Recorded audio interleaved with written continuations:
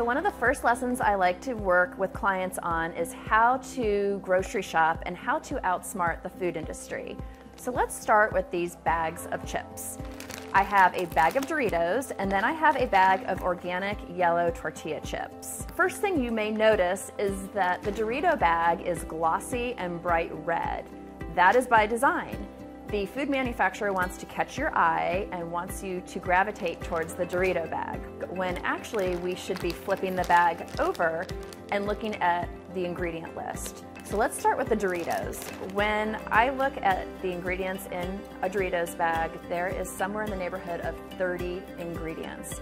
Yes, the first ingredient is corn, but it gets a little murky after that.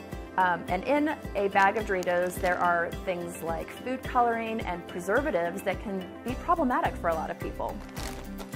When we look at the organic corn chips, we have 3 ingredients. That's 1/10 of the ingredients in Doritos.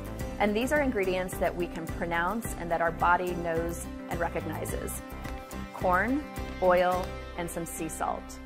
One point to make about this is that when you have 30 ingredients in a bag of chips, they are placed in there to really light up your taste buds. And the goal of the manufacturer is to not have you stop at one handful of Doritos, but to finish and polish off the bag, which leaves you feeling really bad. When you have only 3 ingredients, you're going to eat a more appropriate portion and feel much better when you're done indulging in a little snack of chips.